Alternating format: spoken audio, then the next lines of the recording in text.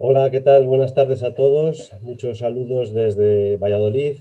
Para mí es un placer muy grande presentar a mi compañera y amiga Encarna Reyes. Encarna Reyes, la verdad es que es difícil porque tiene un currículum tan grande. Es de doctora en matemática aplicada, es compañera del departamento de matemática aplicada y ella da clases en la Escuela de Arquitectura de Valladolid. Y eso ha condicionado bastante un poco el campo matemático hacia el cual orientarse. A Encarna le encanta dar clase en todos los niveles. Ha impartido cursos, seminarios, ponencias, ha escrito artículos de todo tipo, ha escrito muchos libros, siendo conferenciante pues, en congresos, ha estado incluso en programas Erasmus. Bueno, es impresionante la cantidad de cosas que ha hecho Encarna, porque Encarna, una de las cosas que tiene es que yo creo que no sabe decir que no a nada. Y entonces, allá donde le proponen algo, ahí está ella para, para apuntarse y para decirlo, ¿no? Eh, por ejemplo, proyectos Talmat, ¿se necesitan profesores? Pues Encarna no duda en participar en el proyecto Talmat, no duda en, ahora mismo es presidenta de la Asociación Castellana y Leonesa de Profesores de Matemáticas Miguel de Guzmán, ha sido vocal de la Real Sociedad de Matemática Española, en fin, ya digo, es que no sabe decir que no. Y además, las charlas que da, yo por lo menos las que he visto, es la primera vez que la voy a ver online, pero desde luego las charlas que da presenciales es impresionante porque no para quieta, no para quieta y es muy amena, se nos va a pasar el tiempo, estoy seguro, absolutamente deprisa, precisamente porque pone mucha pasión en lo que cuenta, ¿de acuerdo? Eh, Deciros también que ha escrito muchos libros, varios libros relacionados con la arquitectura. Tengo, por ejemplo, aquí a mano uno sobre pentágonos, ¿de acuerdo? Bueno, no sé si lo veis bien, uno sobre pentágonos, que tiene unas ilustraciones preciosas a todo color, pero desde luego el último que ha hecho ya es una pasada.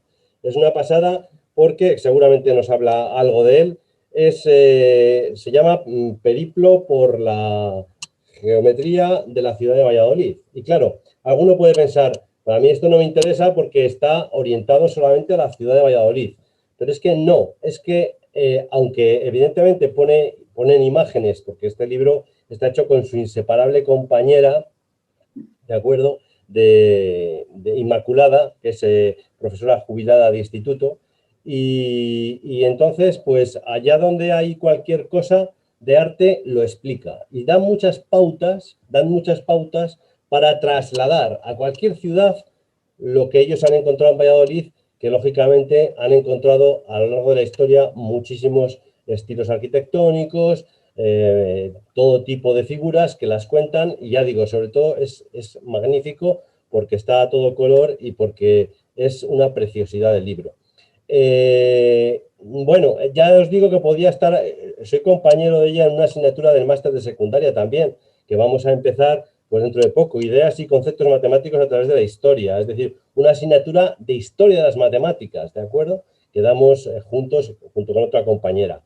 Eh, Creo que lo mejor es que la deje paso, que disfrutéis con lo que nos va a contar, que yo sé que va a contar mucho, pero es que va a querer contar más y más y más y se nos va a hacer súper corto porque tiene una cantidad de información impresionante. Ella, ya digo, no para quieta y nada más acabar esta charla, se tiene que ir desplazar a la facultad a dar clase en el máster de secundaria precisamente esta tarde que la ha coincidido.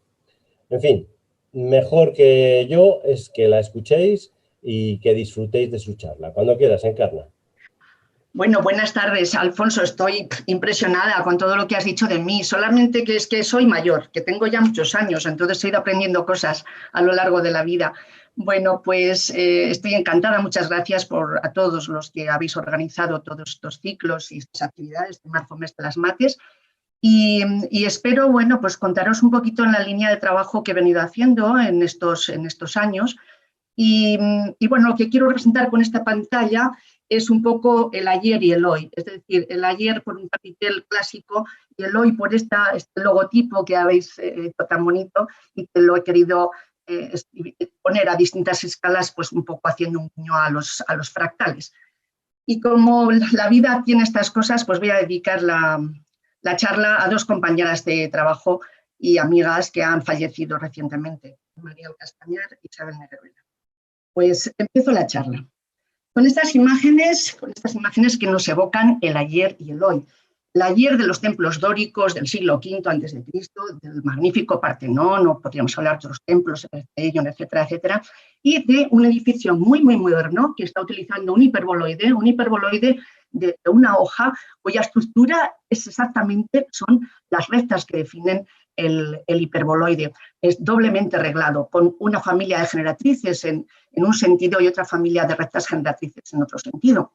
O bien también la idea de la cubierta, el recubrimiento de espacios, tanto planos como espaciales, por polígonos o por poliedros. Ahora estamos viendo una imagen de un revestimiento de una universidad de Londres, donde está basado este recubrimiento. El protagonista es un pentágono, el pentágono de Hirschhorn, acompañado también de unos triángulos que conforman todo el teselado. Muy bien, pues como decía en el resumen, las matemáticas y la arquitectura han caminado juntas. En unos casos las matemáticas han producido herramientas a la arquitectura, en otros casos la propia arquitectura ha demandado nuevas herramientas, nuevos instrumentos matemáticos para poderse realizar. Por lo tanto, lo que voy a hacer ahora, claro, el título es quizá un poco ambicioso, matemáticas en la arquitectura de ayer y de hoy. Deberíamos estar hablando muchas horas de todo esto, ¿no? Por lo tanto, lo que voy a hacer es mostrar algún papel de las matemáticas en algún momento y en algún periodo artístico del tiempo. Pero ¿qué matemáticas hay en la arquitectura? Muchísimas, muchísimas. Las proporciones, todo tipo de polígonos y otras formas derivadas de ellos, los poliedros y otros cuerpos en el espacio, los teselados, la teoría de la simetría, sobre todo la simetría que responde a los tipos de grupos de frisos o de Leonardo o cristalográficos, la familia de curvas, todas las superficies notables, importantes, cálculo diferencial integral y las geometrías con todos sus apellidos de afín, euclídeo, algebraico, diferencial, geometría equiforme, métrica, descriptiva, proyectiva, hiperbólica, fractal, computacional, sagrada, etc. En los libros antiguos se suele leer que toda creación arquitectónica es geometría, pero esta máxima que siempre ha existido sigue estando, como vamos a ver a lo largo de esta tarde. Y voy a empezar la línea de tiempo va a avanzar hoy en Grecia. Y en Grecia es esta Grecia, desde que comienza en los siglos octavos, esta no es la última versión, me parece que he quitado algo. Bien, desde el octavo AC hasta hasta el periodo tercero, más o menos después de Cristo, del periodo helenístico, pues se acompañan los matemáticos jónicos, atenienses y helenísticos, se acompañan con la creación de la arquitectura. Entonces nacen los órdenes clásicos, dórico, jónico, corintio, nacen las proporciones. ¿Pero qué es una proporción? Pues una proporción es una igualdad de dos razones numéricas. La proporción se llama racional, conmensurable o estática si ese número es racional, o irracional, inconmensurable o dinámica si ese número es irracional. Pero a su vez estas proporciones tienen un segundo apellido, que es cuadrado, duplos, esquiálteros, esquitercio, pentatercio, etc. Según estos valores racionales vayan siendo el 1, el 2, 3 medios, etc. O dinámicos. Y dentro de los dinámicos es cuando el valor de la proporción o de la razón, cualquiera de las razones es irracional, pues puede ser la proporción raíz de 2 o la raíz de 3 o la proporción áurea o la de plata, la de bronce, etcétera, etcétera. Y otras proporciones, la cordobesa, la plástica, pero estas proporciones son actuales, aunque lo he puesto aquí, pero son actuales como la proporción de plata o la proporción de bronce, que se han conocido con estos nombres en tiempos más recientes. En el entorno en el que estamos, todo el mundo sabe que dividir un segmento en proporción áurea equivale en partirlo en dos partes, de tal forma que la mayor es a la menor como la total es a la mayor. Esto en época de los griegos se llamaba la división de un segmento en extrema y media razón.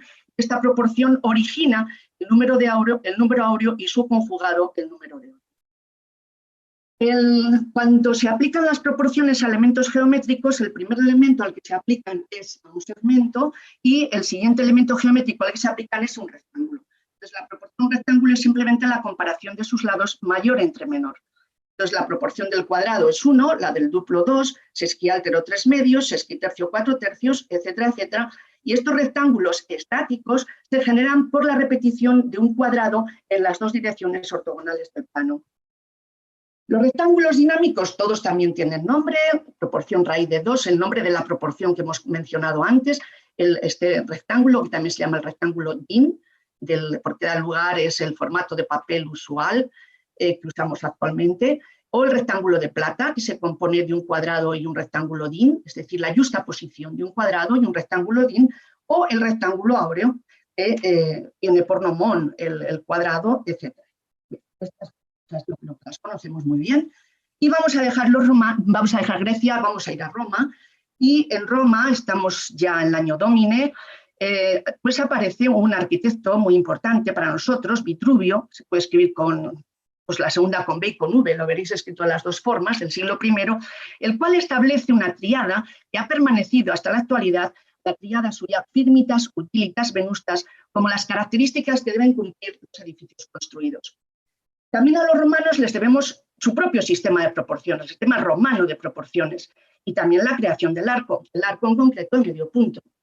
Y además crean dos órdenes nuevos, aparte de los tres griegos, crean también los órdenes toscano y compuesto. También Vitruvio habla del concepto de simetría, aunque habla del concepto de simetría también como armonía o correspondencia de las partes y el todo, que no se corresponde con la idea de simetría que tenemos actualmente y que veremos más adelante. Antiguamente simetría y proporción equivalía a belleza, armonía. Cuando hablamos de arcos, pues el arco en medio punto sí que me gustaría contaros un elemento que se asocia a todos los arcos, que es un elemento que es la esbeltez del arco, que es importante. O sea, los arcos se componen de dovelas, son las piezas que van componiendo y que van trazando el arco, la clave, que es la dovela que cierra el arco, y los arranques, que son las dovelas que parten de los puntos de arranque del arco. Pero además hay que hablar en un arco de la flecha. La flecha es la distancia vertical que va desde el centro de la distancia horizontal, es decir, desde el centro del segmento horizontal que se llama la luz, hasta justo la clave. Y el cociente entre la flecha y la luz se llama esbeltez y nos da idea de cómo es la forma en cuanto a si es más elevado el arco o más chaparrito o el arco perfecto equilátero, o etcétera, etcétera. Nos va dando la tipología, la flecha va acompañada con la tipología de los arcos. Y es muy interesante pues, analizar las flechas de los arcos del entorno. Por ejemplo, de este arco tan bonito, de este puente, podríamos haber puesto puentes increíbles que hay, pero simplemente pues, uno de mis objetivos cuando explico matemáticas es demostrar que las matemáticas están cerca de nosotros, tan cerca que podemos encontrar matemáticas caminando, paseando, mirando, en todos los sitios. Y por lo tanto, pues cuando vemos un arco, pues simplemente asociar la flecha y la luz, por ejemplo, los arcos de medio punto, pues como la flecha es un radio y la luz son 2 radios, que es el diámetro, pues equivale, la esbeltez es un medio. Pero si los arcos son más rebajados, pues la esbeltez va disminuyendo y cuando son más altos, más ojivales, pues va aumentando. Les hablaba de las proporciones del sistema romano de proporciones, pues resulta que en el puerto, en lo que se llamaba, lo que se consideró el puerto romano, el puerto de Ostia, aparecieron unos, se encuentran todavía unas ruinas de una ciudad, la ciudad de Ostia. Entonces, se han analizado los planos de esta ciudad y se ha encontrado que están concebidas en un trazado geométrico muy importante que se llama el corte sagrado. Por lo tanto, el patrón es un cuadrado, pero el cuadrado dividido según el corte sagrado. Y no solamente en los planos de la planta, sino también en los mosaicos que aparecieron, como estamos viendo en este recorte de mosaico. Hay un artículo muy importante de Watts, un matrimonio Watts, que analizan toda la geometría de la ciudad de Ostia. El corte sagrado, por si no lo recordáis o no lo conocéis, se realiza a partir de un cuadrado con arcos de circunferencia que tienen por radio la mitad de la diagonal del cuadrado. Al trazar este trazado desde los 4 puntos del cuadrado, pues se van obteniendo, como les digo, los 4 arcos. Estos arcos se cortan en un punto que es el centro del cuadrado y a su vez trazando las paralelas a los lados del cuadrado por los puntos del adyacentes al arco, se obtiene un nuevo cuadrado y esto es lo que se llama el corte sagrado. Es decir, tendríamos un cuadrado de referencia y el corte sagrado es la cruz que tenemos en el interior. Este corte sagrado, pues aquí tenéis las cuentas, 2x más L ha de ser si el cuadrado tiene lado 1 y después x más L es la mitad de la diagonal, o sea, raíz de 2 partido por 2. Y resolviendo este sistema de ecuaciones obtenemos que el lado que se obtiene del polígono, es decir, del octógono, esto era un trazado clásico para trazar un octógono con regla y compás, pues es raíz de 2 menos 1. Raíz de 2 menos 1 que es justamente el lado de un octógono cuando se trata de realizar un octógono haciendo chaflán en las esquinas del cuadrado, es decir, doblando las esquinas del cuadrado por triángulos isósceles y haciendo el álgebra correspondiente, pues llegamos a que el lado del octógono efectivamente es raíz de 2 menos 1. Pero además este corte sagrado nos da lugar al número de plata, al número que hemos hablado de 1 más raíz de 2. Y de estos rectángulos que estamos marcando, este rectángulo es un rectángulo de plata. Es un rectángulo cuya proporción, lado mayor entre lado menor, es 1 más raíz de 2. Basta con hacer simplemente las cuentas, que son elementales, para comprobarlo, este también. Y entonces esta es la diagonal, esta es la proporción que caracteriza al polígono, porque después de los rectángulos vienen los polígonos. ¿Y cómo se hace la proporción en los polígonos? Existen varias maneras. Se pueden comparar dos elementos cualesquiera notables del polígono, radios entre lados, diagonales entre lados, o existe también un concepto de proporción poligonal global.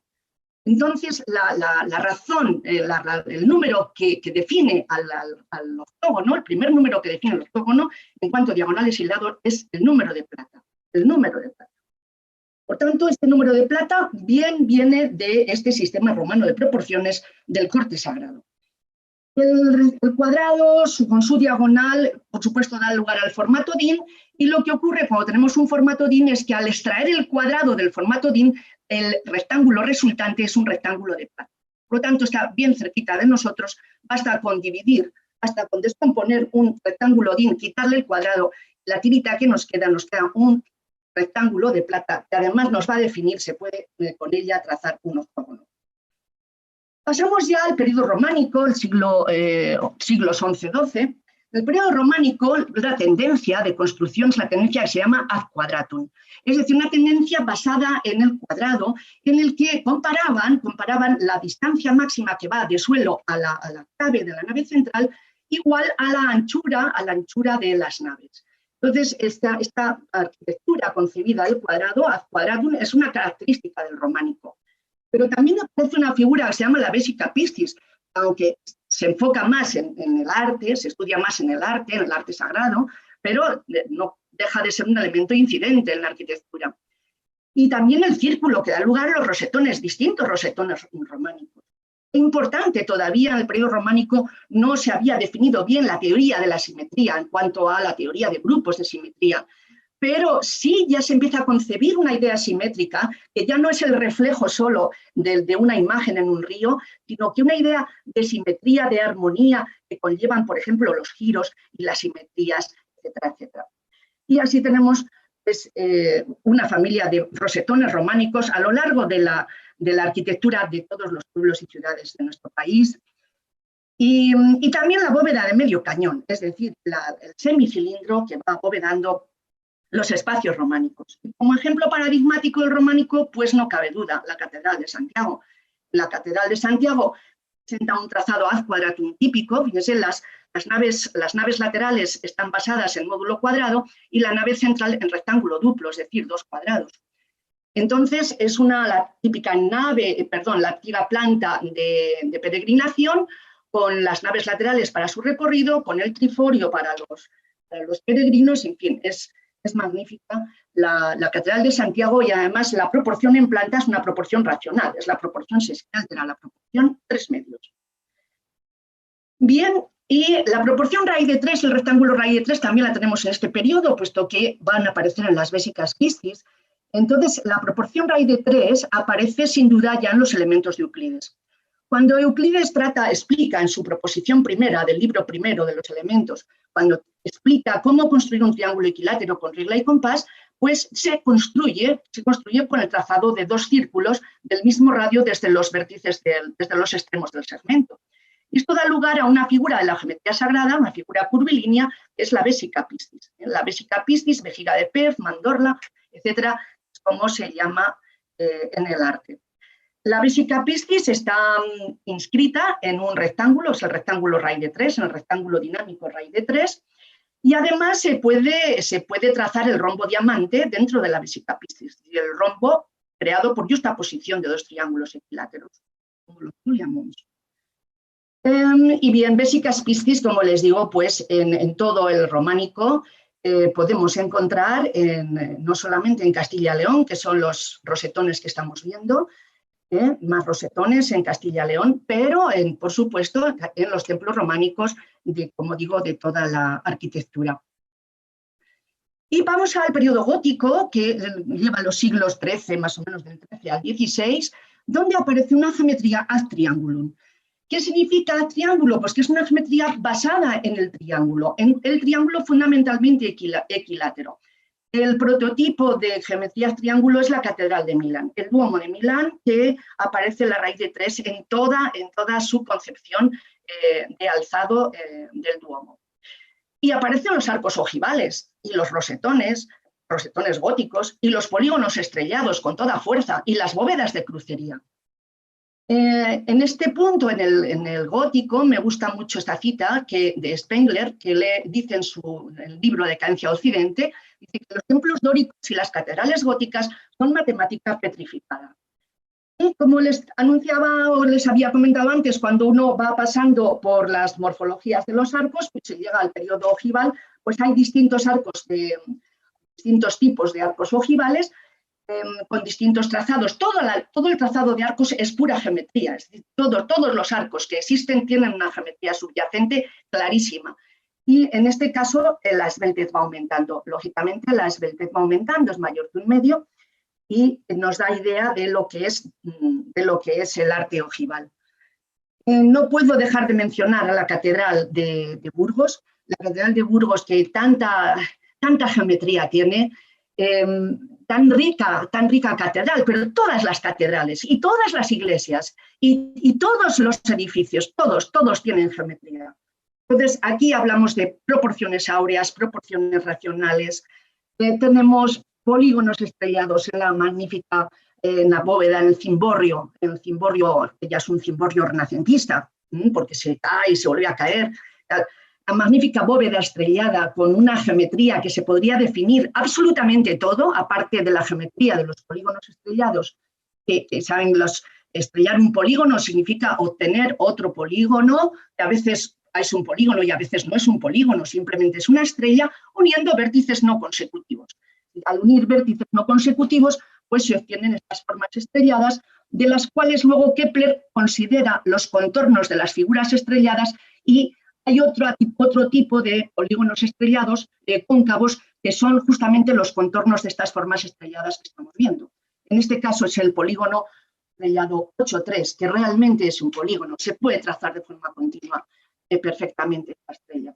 O la Catedral de Orense, que además de tener también la estrella 8,3, tiene una estrella 8,2 en su interior. La estrella 8,2 de Kepler, esta es la estrella de Kepler. Este contorno, el contorno de los dos cuadrados cuando se giran, aquí, esto no es un polígono, los dos cuadrados girados, los dos cuadrados del centro, pero este sí que es el polígono de Kepler, este es el estrellado de Kepler. Catedral de Orense, rectángulo de plata. Hemos visto que cuando tenemos octógonos, pues siempre hay que acudir al rectángulo de plata. El rectángulo de plata, como vamos, va girando y va definiendo la forma de la estrella. Si hiciéramos esto con papel transparente, veríamos una estrella transparentarse en el papel, una estrella 8,3. La proporción áurea en el gótico, por supuesto que abunda, y no solamente en la Catedral de Burgos, abunda en muchísimos edificios. En Valladolid también tenemos proporciones áureas. Bueno, como ya la conocemos, simplemente decirles que el polígono, o los polígonos, en este caso que se asocian al número de oro, son el pentágono, en el sentido de que la diagonal frente al lado es el número de oro, o el decágono, en el sentido de que el radio del decágono frente al lado es el número de oro. Cuando trazamos triángulo, este triángulo isósceles de lados R, R y L, pues este triángulo es un triángulo sublime, sublime. El ángulo que tiene desigual es 36, esto se divide en 10 polígonos, 36, y este triángulo se llama sublime. Es el mismo que se obtiene cuando trazamos las dos diagonales del pentágono. Este triángulo es un triángulo sublime. Y este triángulo no es sublime, pero es nomón del sublime. Bien, aquí están los nomones. El triángulo sublime tiene la característica muy importante de que al bisecar el ángulo básico, uno de los ángulos básicos, de 72, al bisecar se obtiene otro triángulo semejante al inicial. Es decir, volvemos a tener aquí ángulos de 36, 72 y 72. Y puesto que el triángulo que estoy marcando ahora es semejante al inicial, haciendo la comparación de lados por triángulos semejantes, se obtiene la relación áurea de que D entre L es igual al número de oro. Es una prueba de que la diagonal del pentágono frente al lado es el número de oro. Como comentaba antes, este triángulo superior que junto a este da este triángulo semejante, esto es un nomón, ¿eh? Y triángulos sublimes y la estrella de 5 puntas la encontramos también en muchos rosetones que tenemos en la geografía. Por ejemplo, este rosetón de Balmaseda, donde además vemos los cuadrilóbulos. Fíjense, los cuadrilóbulos es esta figura, estas curvas cerradas formadas por arcos de circunferencia, tangentes, ¿eh?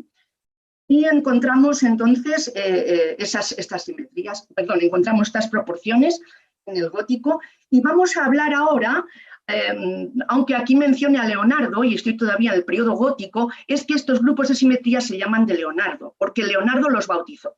Es decir, los rosetones ya estaban creados y, por lo tanto, los constructores, los maestros constructores, de los que debemos, gracias a las obras de cantería, maravillas de la construcción, maravillas de la geometría de la construcción, Villar de Jonencourt recoge además trazados geométricos medievales en su cuaderno de viajes, que es casi el único documento que tenemos.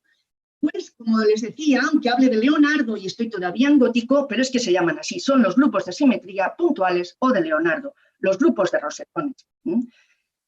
Son grupos finitos de simetría, o sea, contienen un número finito de elementos, un número concreto de elementos. Unos solamente los elementos son giros y en otros grupos los elementos son giros y simetrías, pero siempre en números finitos.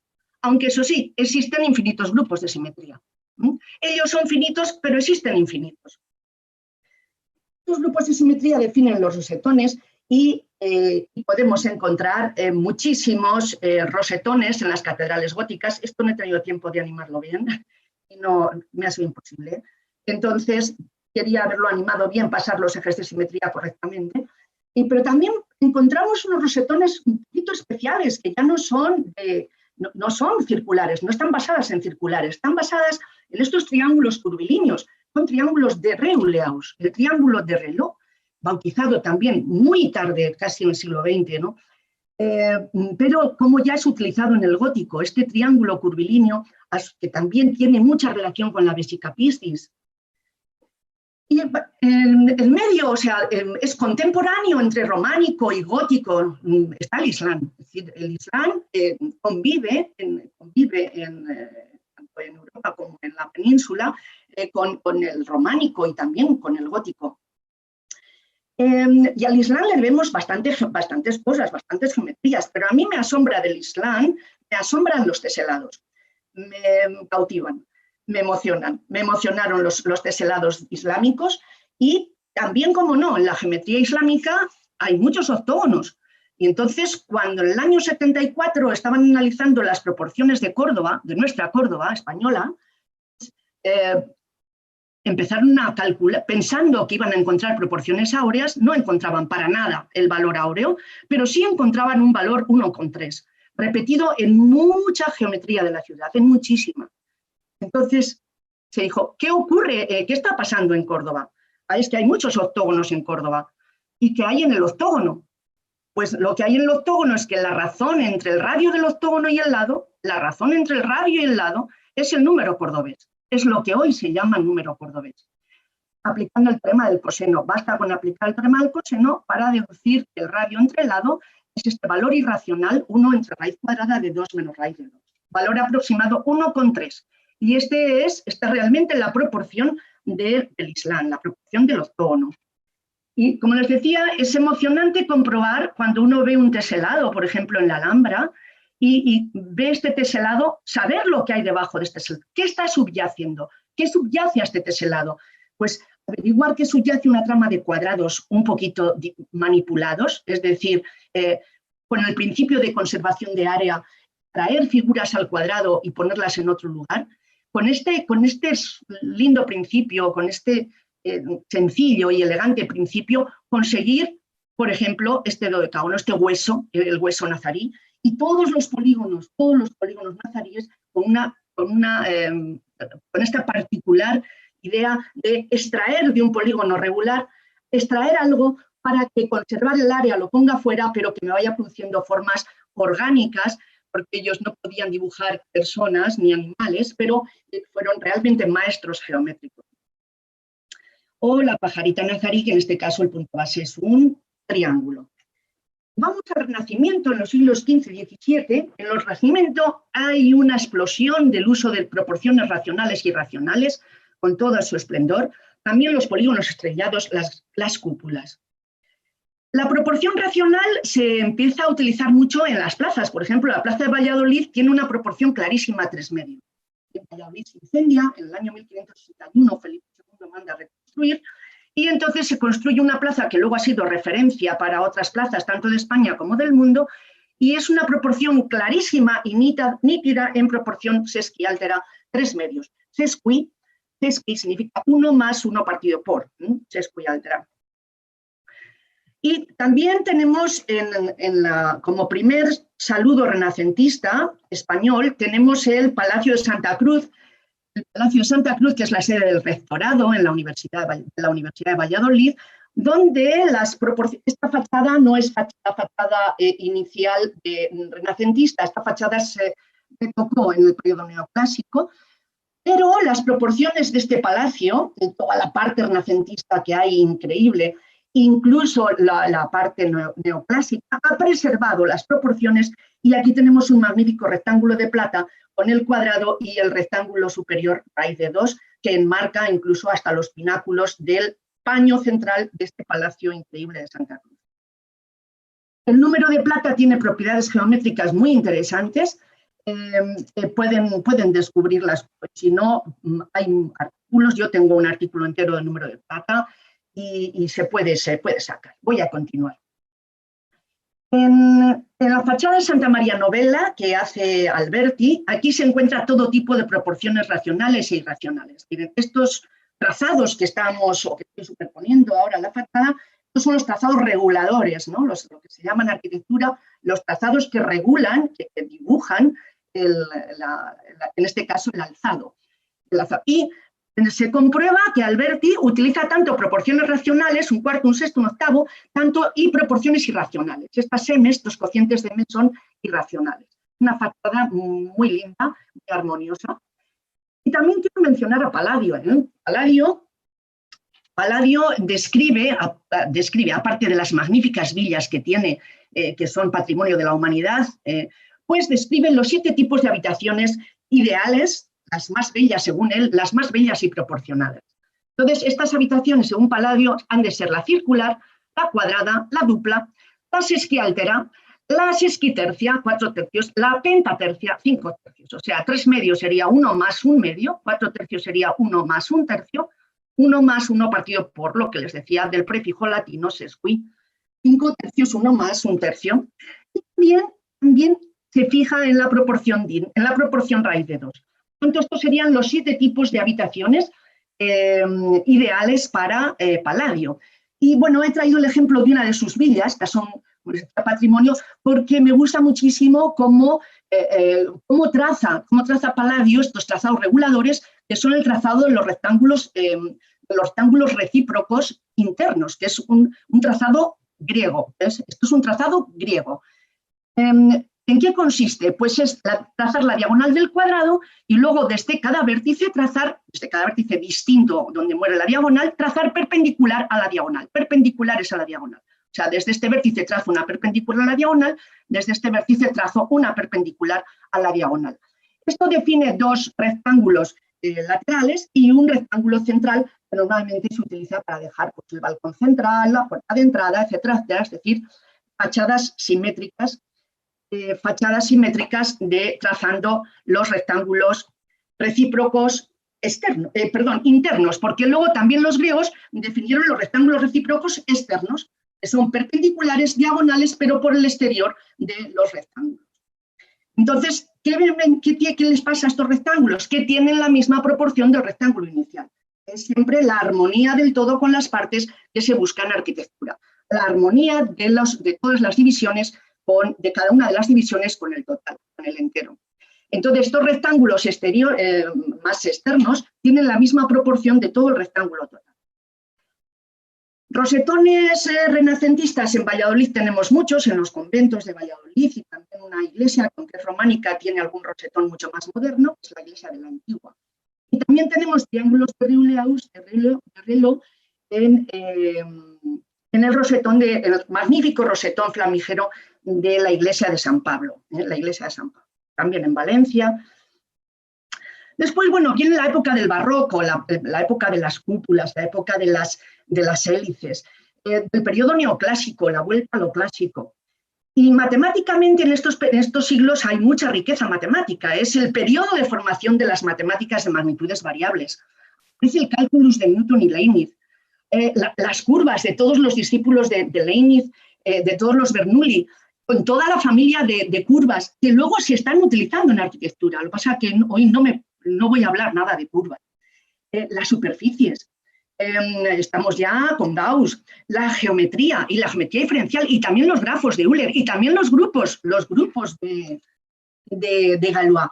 Y por lo tanto da forma matemática a toda la teoría de la simetría. Y ya en el siglo XVII, en 1692, quiero presentarles esta intersección de superficies que se llama la cúpula de Viviani. Viviani es discípulo de Galileo. Entonces, construye esta intersección de la esfera con un cilindro que tiene por radio la mitad del radio de la esfera y que el cilindro pasa por el centro de la esfera.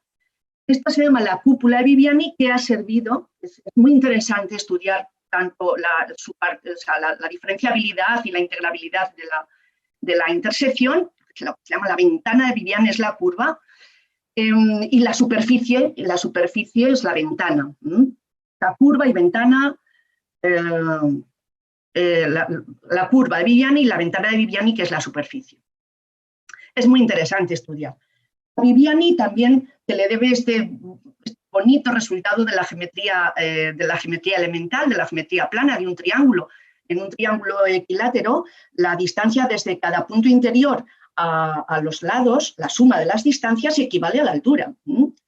Esta es un teorema muy sencillito y muy bonito, que es de la geometría plana. Pero pasando en el tiempo, aunque esté en el Renacimiento, les diré que todavía Viviani sigue inspirando. Por ejemplo, a Paul Andreu le ha inspirado para realizar esta cúpula. Esta cúpula está hecho el armazón según una red de curvas de Viviani.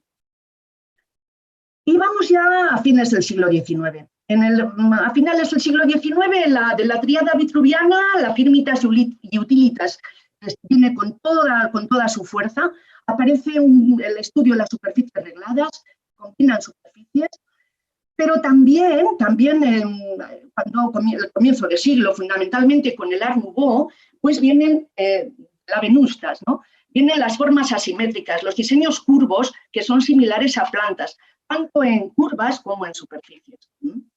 Y ya en los siglos XX y XXI, además de la firmitas utilitas venustas que acabo de decir, hay que añadir las formas complejas, las proporciones nuevas, los recubrimientos y lo que se llama la panelización, es decir, el recubrimiento de las superficies, las pieles de los edificios cubiertas con formas, con mallados, es decir, con formas poligonales o no poligonales o formas espaciales, ¿no? Uno de los precursores del uso del hiperboloide como única estructura es Vladimir Zhuyov. Vladimir Zhuyov, en 1896, ya utiliza un hiperboloide de una hoja, esta superficie reglada, para construir esta torre de agua. Aunque Gaudí también lo estaba utilizando, pero integrado en otras cosas. Ahora hablamos de Gaudí. Al principio del siglo es el siglo de los ingenieros, y también, pero de los ingenieros que están también cercanos a la arquitectura, porque Torroja, además de ser un gran ingeniero, hace obras increíbles de ingeniería, pero también está muy cercano a la arquitectura, porque el hipódromo de la Zarzuela es arquitectura, no es una obra de arquitectura más que de ingeniería. A él le debemos el uso de los hiperboloides, utilizando estas propiedades de los hiperboloides, de ser doblemente reglada y por lo tanto unas superficies resistentes al calor, resistentes a la rotura, además fáciles de encofrar por el hecho de ser regladas. Pues, bueno, simplemente un recuerdo de él, y también un recuerdo a Fisac, que al pobre le destruyeron la pagoda en Madrid, que a mí me parecía un edificio magnífico. O sea, son los maestros de los hiperboloides y maestros del uso del hormigón a principio del siglo. Y claro, tengo que hablar de Le Corbusier. Le Corbusier, este arquitecto que construye, inventa lo que se llama el modulor. El modulor es un aparato de medida que está basado en la estatura humana y en la matemática. Un hombre con la definición de Le Corbusier.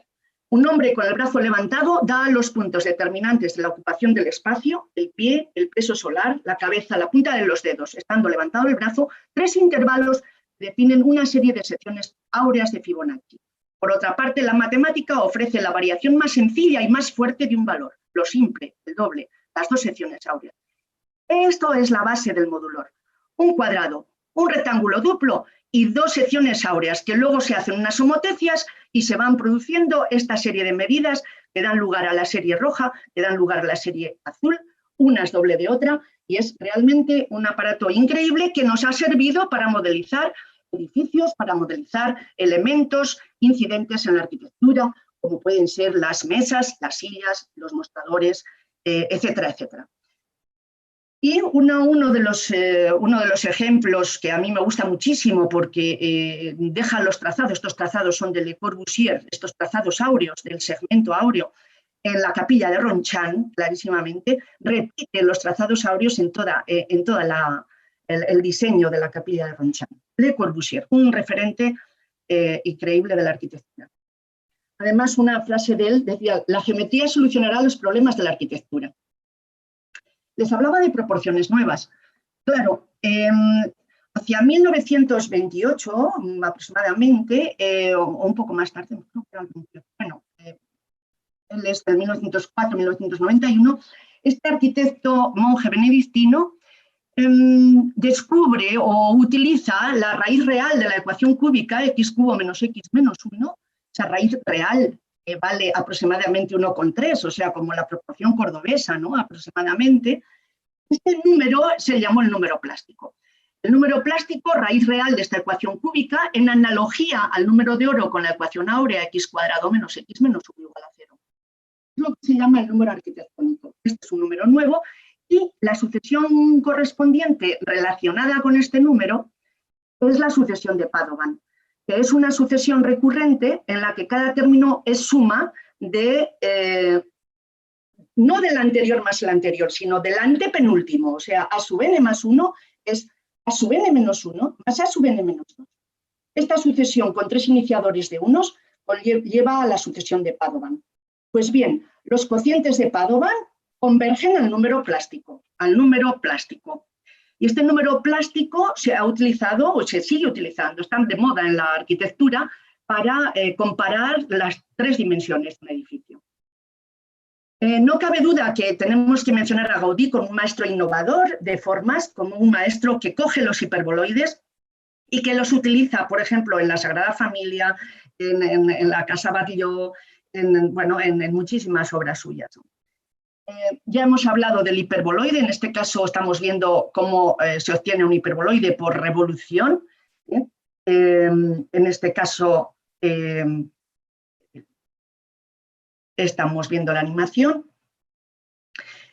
El paraboloide hiperbólico es otra de las superficies que se manejan en este siglo XX. El paraboloide hiperbólico tiene una expresión más sencilla que el hiperboloide, es z igual a diferencia de cuadrados. una diferencia de cuadrados, o la expresión más simple, z igual a x por y, o sea, suma por diferencia, cambiando el sistema de referencia, la expresión más sencilla del paraboloide hiperbólico, o x por y. Esta superficie se llama HIPAR en lenguaje arquitectónico, el Hyperbolic Paraboloid. Hay que también recordar la ópera de Sydney, que fue una innovación para los años en los que se empezó a construir, año 1958, que en este caso la estructura es una esfera manipulada, una esfera cortada por planos y cilindros. Y un discípulo de Torroja es Candela. Félix Candela se le conoce como el maestro de los cascarones. Lo que hace es utilizar el paraboloide hiperbólico porque esta superficie ofrece luces muy grandes con muy poquito espesor. Por lo tanto, son superficies muy económicas y muy sencillas de encofrar, como estamos viendo en esta imagen del propio Candela, como vemos las tablas que rigen el encofrado de la estructura. El paraboloide hiperbólico puede tener bordes rectos o bordes curvos, y este edificio es el restaurante de los manantiales que hace en México. Restaurante de los manantiales, que son varios lóbulos de paraboloide hiperbólico, varios lóbulos de HIPAR, en concreto 8.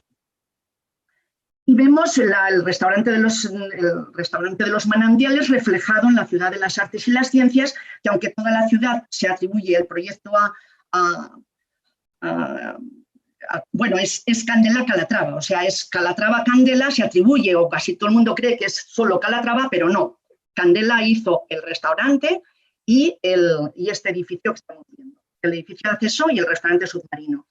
Entonces, como les digo, son láminas de espesor muy fino. Esto es un hormigón blanco con un espesor muy fino que tiene mucha importancia. El paraboloide hiperbólico con esta estructura se patentó en México, fíjense la prueba de carga tan real que hacían. Y en Valladolid también tenemos un colegio donde, aunque no fue el arquitecto Candela, pero fue Ferrucci. Sin embargo, este proyecto fue revisado por Candela en estas cubiertas, que son las cubiertas paraguas de Candela, paraboloides hiperbólicos de bordes rectos. También les quiero presentar este hiperboloide, en este caso tumbado, que utiliza Justo García para hacer la estación de autobuses de Caser de Cáceres.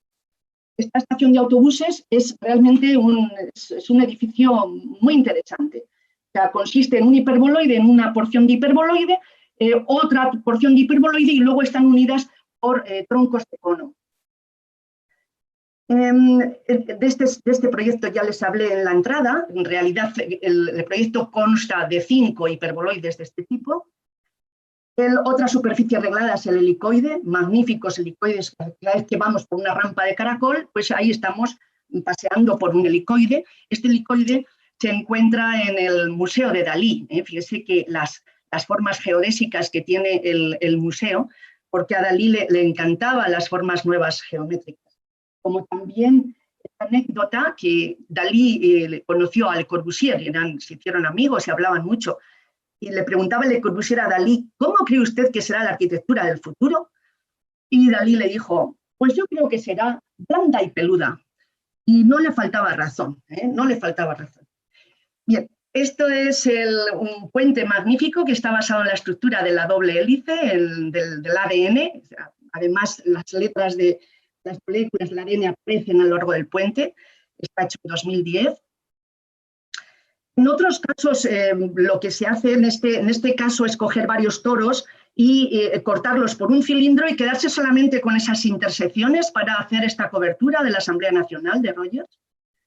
Otras veces se recurre a las superficies clásicas de superficies de la topología, como son la banda de Möbius o la botella de Klein, que realmente se han construido, o sea, son casas construidas con esta idea de la continuidad de la banda de Möbius o con esta idea de la inmersión de la botella de Klein. Y otras veces, pues lo que se pretende es imitar el paisaje, o sea, la arquitectura cercana al entorno, integrar la arquitectura en el entorno. En este caso, el arquitecto japonés Toyo Ito aprovecha la forma de las dunas en Torreviejas para crear esta estructura para el parque de relajación, basado, según de su revista, de su proyecto, basado en las curvas de Bézier. Estas curvas que nos permiten tener libertad en el diseño a partir de unos puntos de control y utilizando los polinomios de Bernstein, pues trazar, o sea, crear curvas originales, curvas raras, curvas complejas, curvas mías, curvas personales, personalizadas, o sea, formas libres. Y lo mismo con las superficies. Como paradigma de formas libres, pues podemos mencionar el Museo Guggenheim de Frank Gehry o las bodegas suyas del Mezquestal, en El Ciego, en Álava. Y pasando a un poquito, ya dejamos las firmitas venustas de las superficies, pasando a la firmitas utilitas de las superficies y pasamos a la venustas de los recubrimientos, pues sin mencionarles que, bueno, es todo un mundo, el mundo de los recubrimientos. Mencionar los rombos, los cuadriláteros Dardo y cometa de Penrose asociados a la geometría del pentágono regular, el cuadrilátero cometa, el que estamos viendo aquí en color azul, y el dardo, el cóncavo dardo, que juntos forman un paralelogramo, pero que cuando se crean unas reglas de emparejamiento de estas losetas, se van a producir mosaicos teselados no periódicos, teselados incluso aperiódicos. Entonces, como les digo, existen unas reglas de emparejamiento y también Penrose crea, asociados también a la geometría del pentágono, dos rombos que se llaman el rombo fino y el rombo gordo, el rombo fino y gordo de Penrose, que con la misma idea, ¿no? Marcando estos rombos con distintos tipos de emparejar reglas. El pobre John Conway murió el año pasado, pero es uno de los matemáticos que estableció muchas reglas de unión de estos polígonos para producir aperiodicidad. Pues, como les decía, estos rombos de Penrose son utilizados muchísimo en arquitectura. Por ejemplo, en esta restauración de este instituto de tecnología, que está en Melbourne, que hicieron los arquitectos Aston y Ragan. En el año 1995 invitaron a Penrose a la inauguración y todo el edificio interior y exterior está plagado de rombos de Penrose. Los teselados aquí que vemos, o los teselados por el exterior, o incluso haciendo formas con los rombos finos y gordos. Pero también se utilizan los mosaicos de Penrose para plantas. En este caso estamos viendo la planta de unos edificios que hay aquí en Carabanchel, construidos en Carabanchel. En este caso se utiliza este teselado, o en la cobertura, en la envoltura de esta Facultad de Humanidades. O esta es la Queen Mary University de Londres, también cubierta con rombos de Penrose, rombos finos y gordos, y ven en el trasfondo también más rombos de Penrose. En la iglesia de Mahón, en el suelo de Mahón, también se hizo la reconstrucción utilizando rombos de Penrose.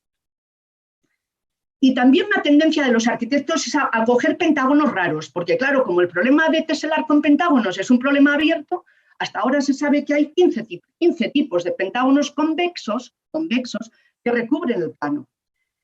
Pero no se sabe si puede haber más, porque hasta hace 2 años se creía que había 14, hemos estado muchos años con 14, pero ahora ya hay 15. Entonces es un problema abierto. Pues los arquitectos también se fijan en estos problemas abiertos de pentágonos, en este caso de pentágonos, para cubrir, para coger estas formas raras y cubrir sus espacios. Aquí tenemos el Pentágono del Cairo. Como les decía Alfonso, pues luego esto lo pueden encontrar. Todo esto está en el libro de pentágonos. Y este es el pentágono del teselado de Fishhorn.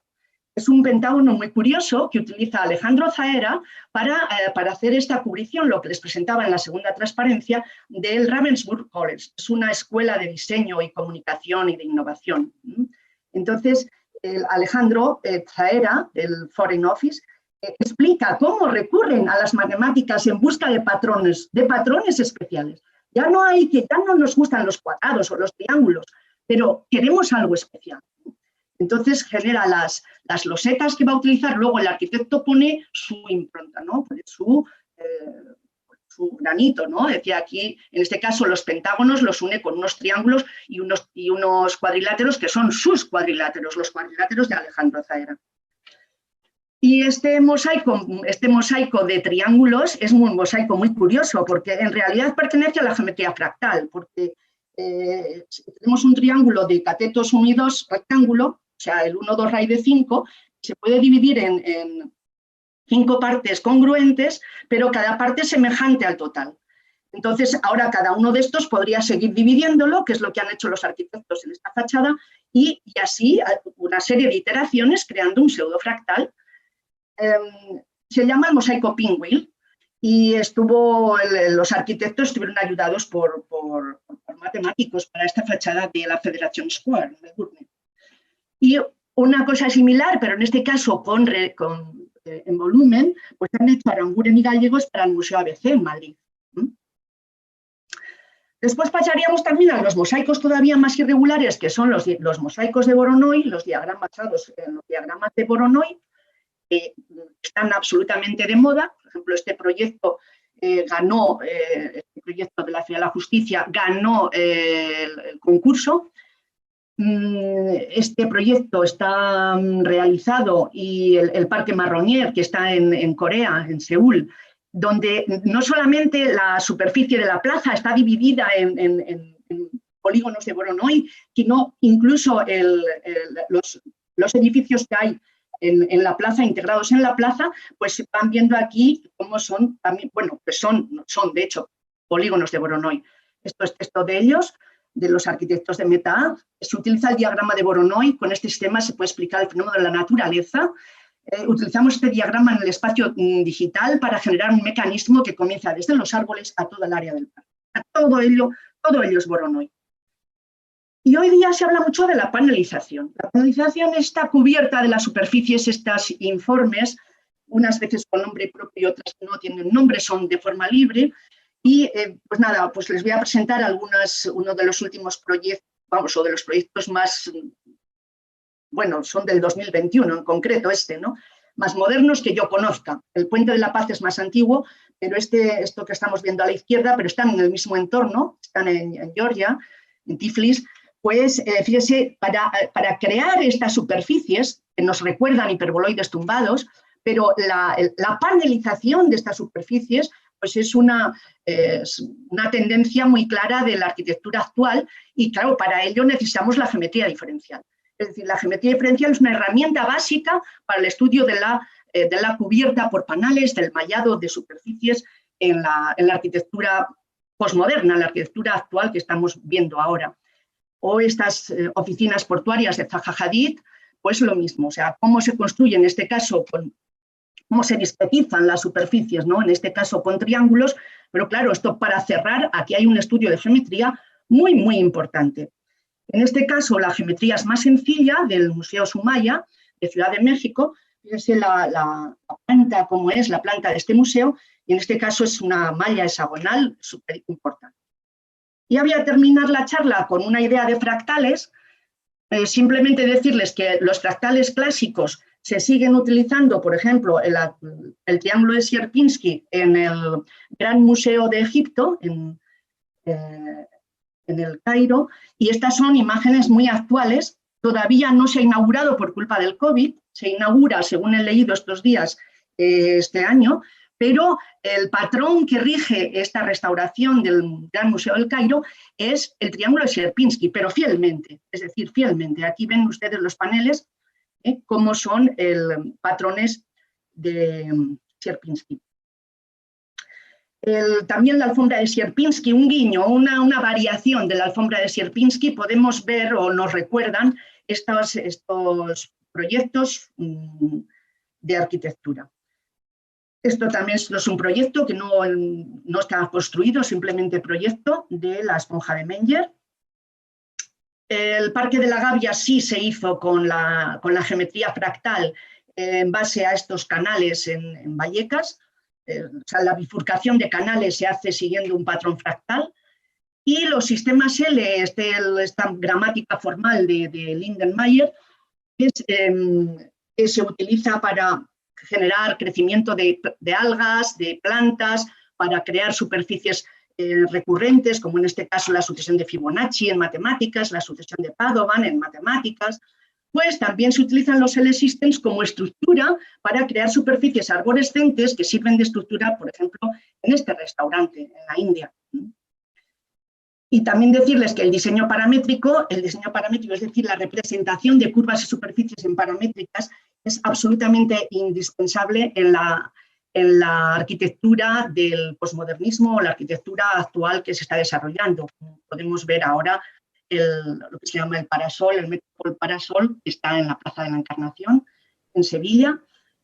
Y bien, pues decirles que así como Vitruvio empieza con la firmitas utilitas venustas, es decir, en los vértices, podríamos decir, de un triángulo, pues hoy día necesitaríamos un poliedro o algo más o sea, un polígono con muchos vértices, sino para tener la naturaleza como referente. Hoy día las nuevas tecnologías son importantes, los nuevos materiales, el respeto al medio ambiente, la sostenibilidad, la integración en el entorno. Y para ello, aquí están las matemáticas. Para la búsqueda de la forma, para el form-finding, que se utiliza tanto muchísimo, ahí vienen las matemáticas. La arquitectura paramétrica están las matemáticas. Para las geometrías complejas, igual. Los algoritmos, los teselados aperiódicos, teselados con polígonos irregulares, la penalización, el empaquetamiento del espacio, la estructura de Ware y Pellan, la que se utilizó para el Water Cube de los Juegos de Beijing. Los autómatas celulares, incluso se están utilizando los autómatas celulares para diseños en cubiertas de edificios, la curva catenaria, las superficies clásicas y nuevas, la curvatura de superficie, las curvas de Bézier, fractales, etcétera, etcétera, etcétera. Y sí, decirles que los modelos del matemático, decía Hardy, como los del pintor o los del poeta, deben ser hermosos. La belleza es la primera prueba. No hay lugar permanente en el mundo para unas matemáticas feas. Y también nuestro gran Miguel de Guzmán, del cual nuestra asociación lleva su nombre, también decía que la tarea fundamental, digo la asociación que tengo el honor de presidir en estos años, la tarea fundamental y general de la comunidad matemática consiste en contribuir de modo efectivo al desarrollo integral de la cultura humana. Muchas gracias.